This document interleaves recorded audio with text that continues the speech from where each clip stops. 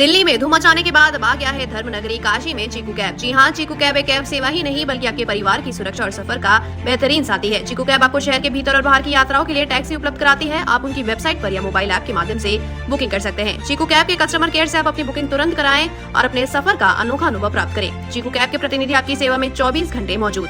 Airport and railway travel, local rental, one way, out station wedding सभी प्रकार की booking की सुविधा प्रोवाइड करती है चीकू कैब। करना हो शानदार सफर, करे भरोसा चीकू कैब पर। सेडान, एसयूवी, टेम्पो ट्रैवलर, बस सभी प्रकार की कैब सर्विस। चीकू कैब का मुख्य फोकस पारदर्शी बिलिंग, सुरक्षा और ग्राहक सेवा पर निर्भर। भारतीय सेना द्वारा ऑपरेशन सिंदूर में आतंकियों को निशाना बनाए जाने के बाद वैश्विक मंच पर भारत का पक्ष मजबूती से रखने वाले घोसी सांसद राजीव राय का प्रथम आगमन पर जोरदार स्वागत हुआ।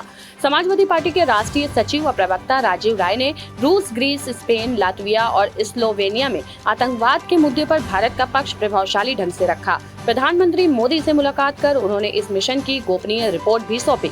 राजीव राय ने कहा कि ये सम्मान मेरा नहीं, पूरे घोसी का है। हम घोसी की खोई पहचान को राष्ट्रीय और अंतर्राष्ट्रीय मंच पर फिर से स्थापित कर रहे हैं। अमेरिका द्वारा भारत पाक मध्यस्थता के प्रयासों पर कटाक्ष करते हुए उन्होंने कहा कि अमेरिका को ईरान पर हमले से पहले अपने ही मापदंडों की समीक्षा करनी चाहिए।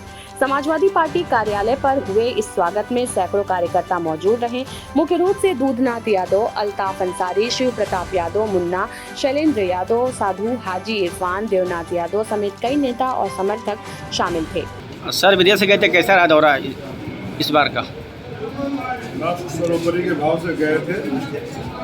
जो जिम्मेदारी माननीय राष्ट्रीय अध्यक्ष जी के आशीर्वाद से मिली थी, उस जिम्मेदारी का पक्के समाजवादी सिपाही की तरफ जो नेताजी सिखाए थे उसी के कदमों पर चलते हुए हमने पूरा किया। आपसी राजनीति चाहे कैसी भी हो, विचारों का मतभेद कैसा भी हो, जब सवाल देश का हो, 140 करोड़ लोगों का हो, तो हम सब एक हैं, सब सेना के साथ हैं। उसी भाव के साथ मैंने पाकिस्तान घोषित आतंकवाद का पर्दाफाश करने का काम किया, जो समय समय पर आपको समाचार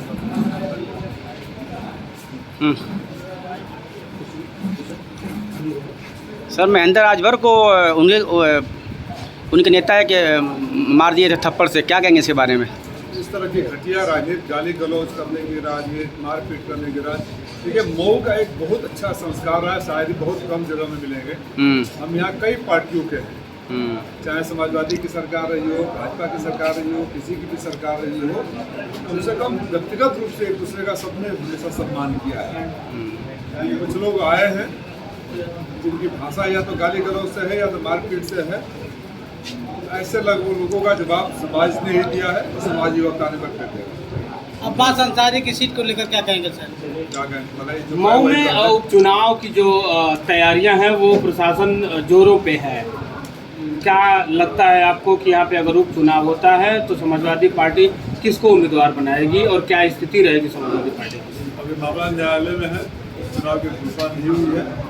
उपचुनाव की घोषणा होकर जो भी समाजवादी पार्टी का प्रत्याशी आएगा वो ऑलरेडी अखिलेश यादव जी के आशीर्वाद से आएगा, और हम सब मिलकर उसको फिर ऐतिहासिक रूप से जिताएंगे। जैसे मैं जीता था वैसे ही आने वाले जो भी प्रत्याशी होंगे। सरकारी एक तरफ देखा जा रहा है कि सरकारी जो शराब की दुकानें हैं वो लगातार खुलती जा रही हैं, और दूसरी तरफ जो सरकारी विद्यालय हैं उन्हें बंद करने की स्थिति में पहुंच रहे हैं, यानी कि मर्ज किए जा रहे हैं। इसको कैसे देखते हैं आप? इस सरकार की नीति रही है कि फ्री डाटा महंगा आटा करके बच्चों को उलझाया रहे और व्हाट्सएप यूनिवर्सिटी के ज्ञान देते रहे। उनको इस बात से हमेशा डर बना रहता है कि बच्चे उत्तर प्रदेश के लड़के पढ़ लिख कर शिक्षित हो जाएंगे तो उनकी कुकर्मों का पर्दाफाश करेंगे, उनके झूठ का पर्दाफाश करेंगे, उनसे सवाल करेंगे।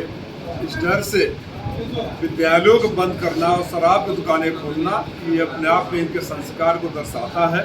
उत्तर प्रदेश के मतदाता इसे देख भी रहे हैं, और जो मदिरालय और पैसे के बल पर सत्ता में रहना चाहते हैं उनको वापस भेज देगी सरकार। 27 में जो सरकार बनेगी समाजवादी पार्टी की रहेगी, और जो भी उत्तर प्रदेश के लोगों के साथ अन्याय हुआ है, केंद्र में बनेगी तो अग्निवीर वापस होगा, उत्तर प्रदेश में बनेगी तो शिक्षकों की बहाली भी होगी, स्कूलों की बहाली भी होगी। महेंद्र राजभर को जब थप्पड़ मारा गया वो मामला जब सामने आया तो उसमें आपका भी नाम आया कि ये सब अखिलेश यादव और राजीव राय हैं, ये पैसा देकर के ओम प्रकाश राठौर ने आरोप लगाया कि ये पैसा देकर के उस व्यक्ति से गलबेता लेते हो जिसने अपने बाप तक को नहीं छोड़ा हो, जिसने जिस सरकार में बैठे उनके मुखिया तक को नहीं छोड़ा हो, कब किसको गाली दी है, कब क्या किया, आप सब आप ही लोगों के माध्यम से, तो कैसे व्यक्ति को अभी भी आप उनके बातों को तरजीह दे रहे हैं। आपके पास है ना, आपके लाइब्रेरी में होगा ना कि कैसे आदरणीय मोदी जी को गाली दिया गया, अमित शाह को गाली दिया गया, योगी जी को गाली दिया गया, महेंद्र पांडे को गाली दिया गया, वहीं फिर हैं। ऐसे लोगों पर तरजीह दिया करिए, आप लोग गुनाहगार हैं उनकी बातों को कहने।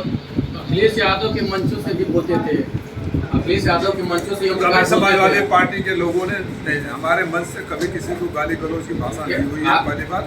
दूसरी बात, आप यही आपके साथ में भी आए थे, राष्ट्रीय अध्यक्ष जी हमें उन्होंने स्वीकार किया है कि हम कभी किसी से गाली दिलवाएंगे, लेकिन गाली का जवाब तो कुछ दिन पहले वो में गाली दिया गया था, उसका जवाब हमें भी देना आता है, लेकिन हम कुछ बातें जनता को कुछ नहीं करते। भविष्य में ओम प्रकाश राजभर से गठबंधन होगा आप लोग पार्टी का? मुझे नहीं लगता है कि विदेश से लौटने के बाद अपने कार्यकर्ता को क्या संदेश देना चाहते हैं? मेरे घोषे के मालिकों ने जो ऐतिहासिक आशीर्वाद देकर मुझे दिल्ली के सदन में भेजा, मैं चुनावों में कहा करता था कि अगर आपका आशीर्वाद मिलेगा तो जो 25 सालों से आपकी आवाज़ हो गई है तो सदन में गूंजेगी। मुझे खुशी इस बात की है कि न सिर्फ सदन में बल्कि इंग्लैंड से लेकर बाकी 5 देशों में जहाँ भी गया था, हर जगह लगा के घोषी का सांसद आया है, आपकी आवाज़ सुनी जाए। मैंने अपने मतदाताओं, अपने मालिकों से कहा, अपने कार्यकर्ताओं से कहा कि छोटी छोटी बातों को भूलकर 27 में ऐसी सरकार बना दो कि जहाँ भी जाओ, चाहे घोषी नहीं प्रदेश के किसी भी कोने में जाओ, अगर कह दो कि हम घोषी से आए हैं तो अधिकारी खड़ा होकर काम करे।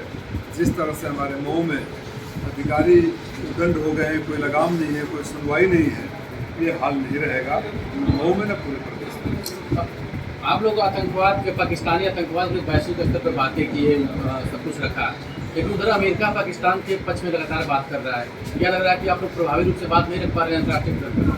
अच्छा, मैंने पहले भी सदन में कहा था कि इसका जवाब तो ओबामा मेरा लंगोटिया यार और अब की बार ट्रम्प सरकार वाले भी देंगे। पहले भी कहा था कि अगर चाहते हैं कि विषम परिस्थिति आ जाए, मुसीबत आ जाए, तो विपक्ष के सांसदों को या सत्ता पक्ष के सांसदों को 4-5 देशों में 4-5 घंटे के लिए भेज देंगे और प्रभावी हो जाएगा।